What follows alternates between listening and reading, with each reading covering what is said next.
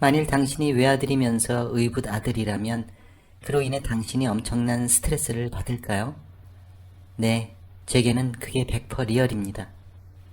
저는 김철수라고 합니다. 초등학교 1학년 때 어머니를 여의었습니다. 그리고 2년 뒤에 아버지가 재혼을 하셨습니다. 새어머니는 아주 고약하고 괴팍한 분이었지만 사람들 앞에서는 항상 마치 저에게 아주 잘하는 척 거짓쇼를 하셨습니다. 하지만 그건 약과였어요.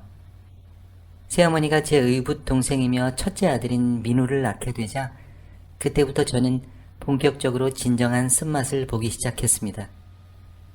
그 당시 저는 동생을 돌보는 일을 도와야 했습니다.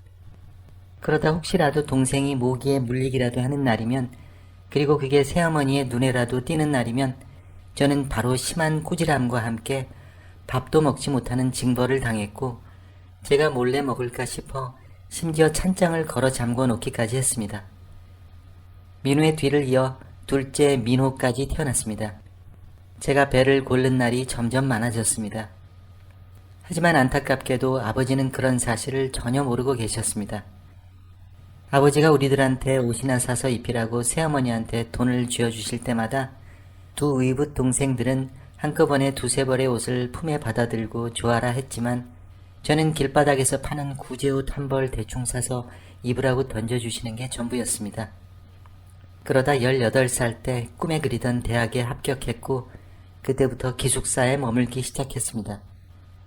그때까지도 아버지가 여전히 제 학비를 대주시기는 했지만 학비 외에 책값이나 식비 등과 같은 작은 비용은 알바 같은 걸 해서 스스로 돈을 벌어 해결해야 했습니다. 3학년 때 바로 밑에 동생이 고등학교에 들어가게 되자 동생을 최우선적으로 챙겨줘야 된다는 이유를 들어 새어머니는 아버지가 저한테 대주시던 학비의 절반을 자르라고 아버지에게 압박을 가하셨습니다.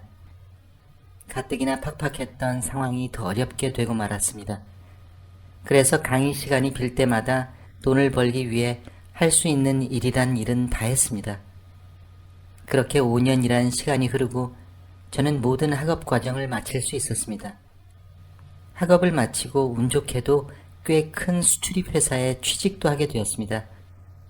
고정 수입이 생겨 삶이 조금 여유로워지자 저는 모아둔 돈과 대출금으로 아주 작은 아파트를 하나 장만하게 됐습니다. 다만 제 삶은 점점 좋아지고 있었던 반면 아버지는 갈수록 힘에 부치게 사셨습니다. 장사도 잘 안 되는 와중에 두 의붓 동생들과 새어머니가 돈을 함부로 써대는 바람에 아버지가 하시던 장사 일이 그야말로 망하기 일보 직전에까지 이르게 됐습니다. 하지만 새어머니는 아버지의 그런 고충과 어려움을 함께 나눌 생각을 전혀 하지 않았고 심지어 아버지를 능력 없는 남자라고 몰아붙이며 무시하기 시작했습니다. 아버지의 스트레스가 극에 달하게 됐죠. 제가 마케팅 부실장 자리를 맡게 될 즈음 결국 아버지는 장사를 접고 마셨습니다. 저는 바로 아버지를 찾아갔습니다. 아버지, 너무 낙심하지 마세요. 이제부터 아버지는 제가 모시겠습니다. 그 소식이 새어머니 귀에 들어가자 새어머니가 바로 태클을 걸어왔습니다. 참 철면피네. 우리는 나몰라라 하시겠다 그거야? 저랑 어머니랑 아무 관계 없잖아요. 없기는 왜 없어? 난 네 아버지 와이프야. 그리고 네 엄마야. 아니요. 어머니라고 부르는 것 자체가 부끄럽네요. 말 많이 할 거 없고 하여간에 네 아버지가 어딜 가든 우리도 따라갈 거니까 그렇게 알아. 우리 털어낼 생각일랑 꿈도 꾸지 마. 어림없습니다. 저도 이제 제 뜻대로 선택할 권리가 있어요. 어머니야말로 이제 그만 좀 꿈에서 깨어나시죠. 그래서? 어머니랑 그 잘난 두 아들 어디 아무데나 가서 알아서들 먹고 사세요. 돈 보태주고 도와주고 그럴 일 절대 없을 겁니다. 새어머니가 계속 군시렁거리는 가운데 아버지를 차에 태워 모시고 가려는데 새어머니가 아버지 팔을 붙잡고 늘어지며 놔줄 생각을 하지 않았습니다. 가까스로 새어머니를 떼어낸 후 아버지를 모시고 서둘러 자리를 떴습니다. 그날부터 저는 아버지와 함께 살았습니다. 아버지가 저 대신 집안일을 도맡아 해주셨습니다. 아버지 괜찮아. 아버지가 그냥 네 일 돕는 거라고 생각해.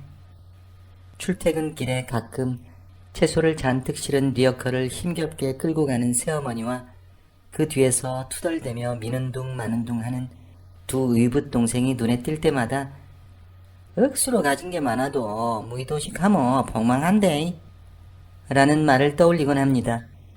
악독하고 탐욕스럽고 진솔하지 못한 사람들을 위한 행복이란 건 이 세상 어디에도 존재하지 않습니다.